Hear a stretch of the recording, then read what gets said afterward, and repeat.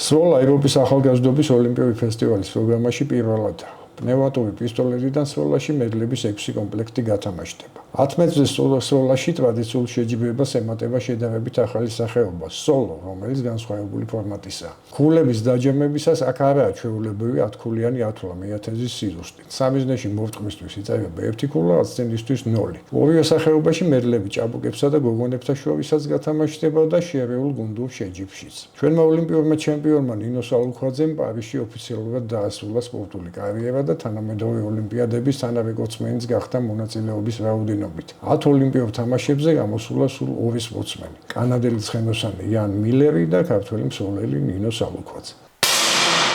25 წლის 19-27 ივლისის შათვლით, როგორც ვიცით, ქალაქ სკოპიეში, ეს არის მაკედონიის ქალაქი, ჩატარდება ახალგაზრდული ოლიმპიური ფესტივალი ზაფხულის სახეობებში. სადაც პირველად შეიტანეს სროლის სახეობებიც, იმიტომ რომ მე-18 ზაფხულის თამაშებია და ჩვენ მივიღებთ პირველად ასეთ შეჯიბრში მონაწილეობას. ეს არის ძალიან კარგი გამოცდილება ახალგაზრდებისთვის, მათი მომავალი წარმატებისთვის, გააგრძელონ თავიანთი კარიერა უფრო მონდომებით და ღირსეულად.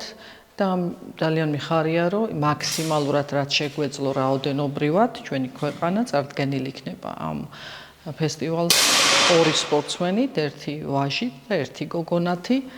18 წლამდე ტარდება ეს შეჯიბრი, მაგრამ ჩემები პატარები არიან, 15-16 წლის.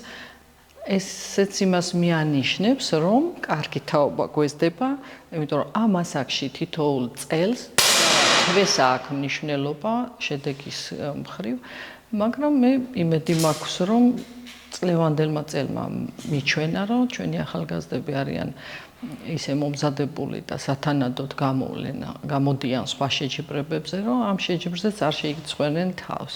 4 შესაძლებლობა იქნება თითოეულ, სულ 6 მედალი შეიძლება იქნეს მოპოვებული სხვადასხვა დისციპლინაში. იმედია გაამართლებენ ჩვენ იმედებს. ნინოს დამსახურება ისიც, რომ გაიზარდა მსროლელთა ახალი თაობაც, რომელმაც უკვე მიაღწია საერთაშორისო წარმატებას. ჯერჯერობით ასაკობრივ ტურნირებში. წლეულს მარტში ევროპის ახალგაზრდულ ჩემპიონატზე ხორვატიის ქალაქ ოსიეკში ჩვენმა მსროლელებმა 4 ოქროსა და 1 ბრინჯაოს მედალი მოიპოვეს.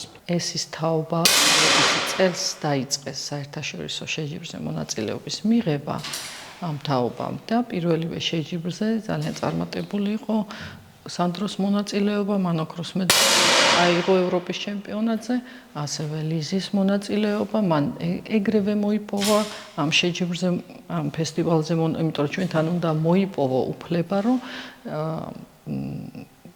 მოხდე ასეთ შეჯიბრებებზე, ასეთ ღონისძიებაზე. გარდა ამ ახალგაზრდების ჩვენთან ძალიან გაიზარდა კონკურენცია, იმიტომ რომ კარგი თაობა მოდის და მინდა აღვნიშნო, რომ წელს ევროპის ჩემპიონატიდან აი 21 წლამდელ სპორტსმენებს შორის საქართველოს მედლების რაოდენობით 9 გუნდით დაიკავა ევროპაში პირველი ადგილი.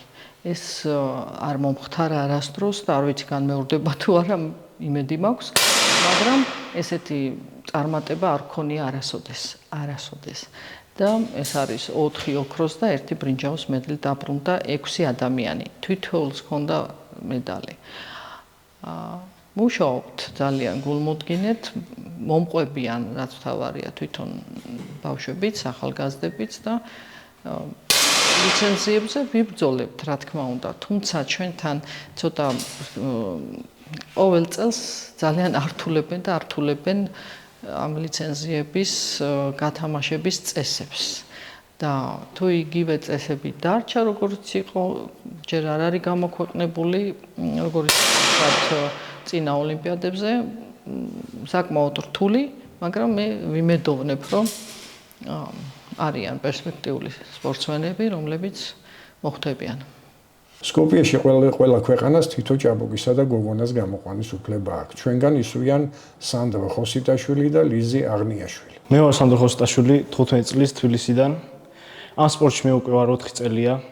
თებერვალში მე მოვიგე ევროპა და ამით მოვიპოვე ოლიმპიადის ფესტივალის ლიცენზია და ვეცდები ჩემი მაქსიმუმი გავაკეთო. დანარჩენი კი ღმერთის ნებარს რაც იქნება. მე ვარ ლიზი აღნიშნული 16 წლის თბილისიდან და ამ სპორტში ვარ ჩართული დაახლოებით 3-4 წელია. ლიცენზია მოვიპოვე თებერვალში ოლიმპიური ფესტივალისთვის. მე და ჩემი მეწყვილე სანდრო ხოსტაშვილი ვაპირებთ რომ ჩავერთოთ 4 მონაწილეობა მივიღოთ 4 შეჯიბრში. იქნება სოლოს მიქსი, ინდივიდუალური და მიქსი. და ვეცდებით რომ ჩვენი მაქსიმალური შევასრულოთ და ის იგივე გავიმეოროთ, რასაც გვასწავლი მომარჯიშებდა და რისთვისაც ამდენი ხანია ვემზადებით. მათ მეთვალყურეობას გაუწევს ცნელი მეგი ქადაგიძე. ჩვენ როგორც უკვე ცნობილია, მივემგზავრებით სკოპიეში, ახალგაზრდულ ოლიმპიურ ფესტივალზე, სადაც წარდგენილი არის ჩვენი 2 სპორტსმენი, სანდრო ხოსტაშვილი და ლიზი აღნიაშვილი. ჩვენი ბავშვები, ანუ სპორტსმენები, ყოველდღიურად ვარჯიშობენ და ცდილობენ, რომ მაქსიმუმი გააკეთონ და შეჯიბრებაზეც, რა თქმა უნდა, ეცდებიან, რომ ყველაფერი ისე სწორად გაიმეორონ, რისთვისაც არიან მზად და რისთვისაც ემზადებიან.